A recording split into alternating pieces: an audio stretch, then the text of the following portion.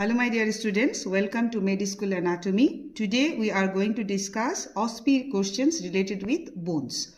So first we are going to discuss about clavicles. In clavicle, in Ospe questions, usually we are marking some of the point and we are asking questions. For example, if we are saying the medial 2/3 clavicle and lateral 1/3 of clavicle.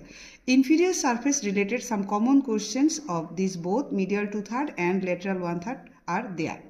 If we see in the medial 2/3 inferior, there is a groove. Might be there will be a marking and questions will be identify this groove and what is the attachments. You have to say that this is the subclavius groove and here will be attachment of subclavius muscles.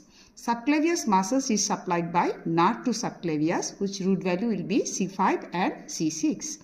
Again, in the lateral 1/3, we will get a roughened area. Might be the examiner here give a marking and ask identify this area.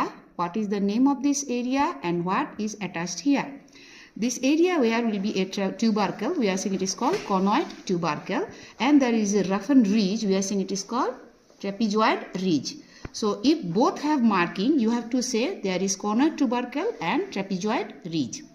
The next question might be what will be attached here. Then you have to say here will be attachment of conoid part and trapezoid part of coracoclavicular ligament. And coracoclavicular ligament is the second strongest ligament in our body. Another questions related with the clavicle, we may ask you by marking in this medial surface, a medial end of the clavicle which is quite round, and like this marking might be given, and they may ask you identify the end of the clavicle and what is attached here. You have to say by observing this area that this is round, that means it is the medial end of the clavicle, and here will be attachment of the capsular ligament.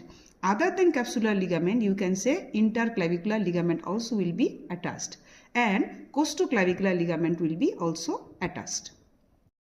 Then we may ask you by marking here a point junction between medial 2/3 and lateral 1/3, that here is a point given, and they may ask you identify this point. This point is the junction between medial 2/3 and lateral 1/3, and this is the commonest site of clavicular fracture.